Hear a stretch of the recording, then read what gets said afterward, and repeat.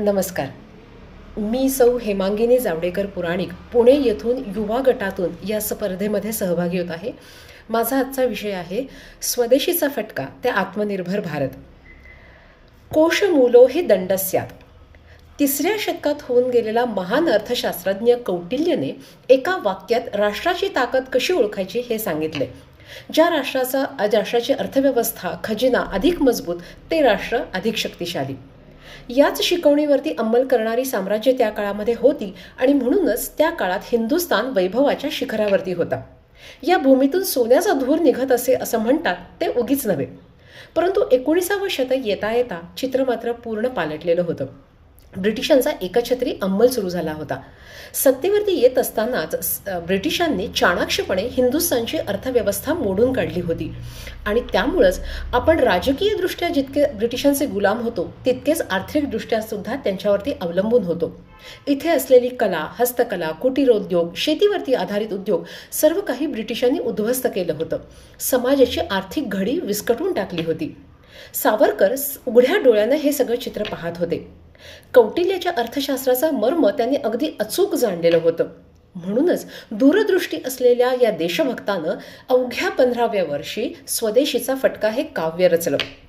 खरं तर हे केवळ एक काव्य नव्हतं, तर निद्रिस्त समाजाच्या डोळ्यात घातलेलं एक झणझणीत अंजन होतं. त्यांना जागा करून त्यांच्यामध्ये आत्मविश्वास, उद्योगशीलता आणि एकोपा वाढीला लागण्यासाठी सावरकरांनी हे काव्य रचलं. या काव्यामध्ये ते समाजाला आवाहन करताना म्हणतात, द्रव्य खाणी ही खोरे घेऊनी परकी पोरे खणती रे, एक चित्त या करू गड्यानो वित्त जिंकुते पुनरपिरे. सावरकरांसाठी स्वदेशी म्हणजे केवळ परकीय मालावरती बहिष्कार नव्हता, तो एक त्रिसूत्री कार्यक्रम होता. एक, देशांतर्गत तयार होणाऱ्या वस्तूंना प्राधान्य देणं.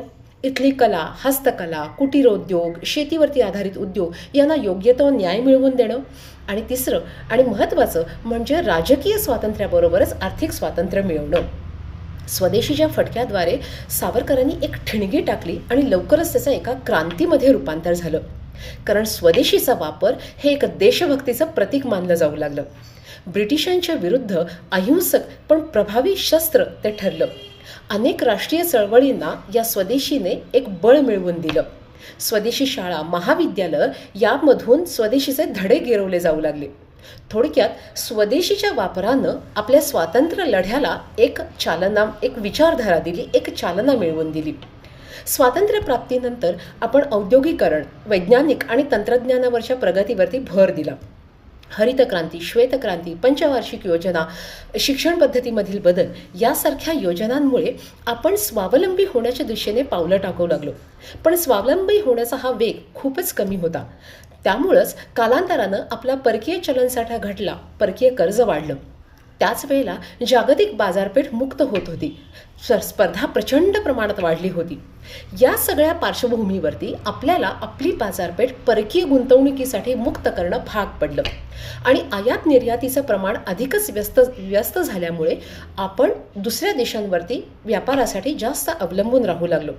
अर्थात 20व्या शतकाच्या शेवटी झालेल्या IT आणि डिजिटल क्रांतीमुळं चित्र थोडंसं बदलायला लागलं होतं. म्हणूनच भारत आता जगातील पहिल्या 10 अर्थव्यवस्थांमध्ये गणला जाऊ लागला होता. 21व्या शतकामध्ये नुकत्याच झालेल्या करोना महामारीच्या काळात मात्र आपल्याला स्वदेशीचा नव्यानं विचार करणं भाग पडेल अशी परिस्थिती निर्माण झाली. या काळात आपण चीनबरोबर सर्वात जास्त प्रमाणात आयातीसाठी अवलंबून होतो. चीनसोबत असलेला आपला ट्रेड डेफिसिट म्हणजे व्यापार तूट हा चिंतेचा विषय होताच. त्यामुळे देशाच्या दीर्घकालीन सुरक्षिततेसाठी, आर्थिक स्थैर्यासाठी आणि सामाजिक विकासासाठी आपल्याला आत्मनिर्भर होण्याची गरज पडली होती. त्याचबरोबर जागतिक राजकीय समीकरणं देखील अधिक वेगानं बदलत होती. म्हणूनच आत्मनिर्भर होणं ही काळाची गरज होती.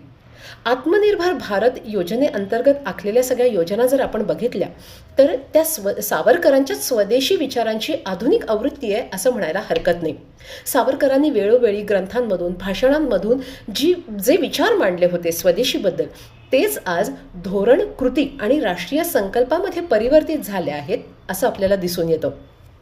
कृषी, संरक्षण, ऊर्जा, शिक्षण, आरोग्य आणि डिजिटल क्षेत्रांमध्ये उत्पादन वाढवून निर्यात वाढवणं ही ढोबळमानानं आत्मनिर्भर भारत योजनेची उद्दिष्ट आहेत.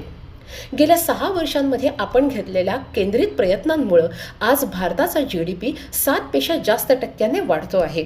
निर्यात देखील वाढली आहे. डिजिटल क्षेत्रामध्ये झालेल्या क्रांतीमुळे आर्थिक व्यवहार अधिक वेगवान आणि पारदर्शक झाले आहेत. संरक्षण क्षेत्रामध्ये तर रक्षा संसाधनांच्या बाबतीत आपण स्वावलंबी तर होतोच आहोत, त्याशिवाय आपण निर्यात देखील करत आहोत.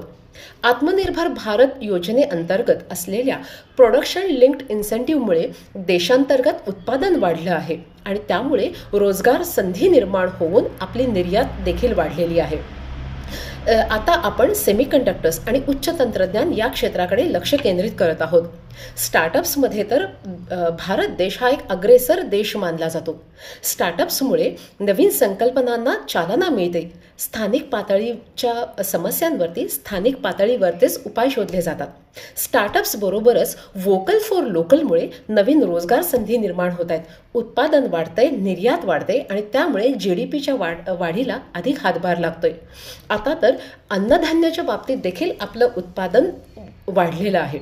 थोडक्यात काय, कृषीप्रधान असलेला आपला देश हा आज 4थ्या क्रमांकाची जागतिक आर्थिक महासत्ता बनला आहे. अर्थात अजून आपल्याला बराच मोठा पल्ला गाठायचा आहे. त्यासाठी पायाभूत सुविधा, प्रशासनाचे काम करण्याची पद्धत आणि शिक्षण पद्धती याच्यामध्ये आमूलाग्र बदल करण्याची गरज आहे. अर्थात तरुण लोकसंख्या, देशांतर्गत मोठी बाजारपेठ, स्थिर आणि धोरणी राजकीय नेतृत्व आणि नैसर्गिक संसाधनांची उपलब्धता ह्या आपल्या जमेच्या बाजू आहेत. त्यामुळे जर आपण स्वदेशीची कास धरली तर भारत आत्मनिर्भर होऊन अव्वल नंबरची जागतिक आर्थिक महासत्ता बनू शकतं आणि ते स्वप्न आपलं लवकरच पूर्ण होऊ शकतं. सावरकरांच्याच भाषेत सांगायचं झालं तर स्वदेश लक्ष्मी पूजू साधुनी जरी मंगल वेळ, गजांत लक्ष्मी हिंदू हिंदूच्या दारी डोलेल. गजांत लक्ष्मी हिंदू हिंदूच्या दारी डोलेल. धन्यवाद.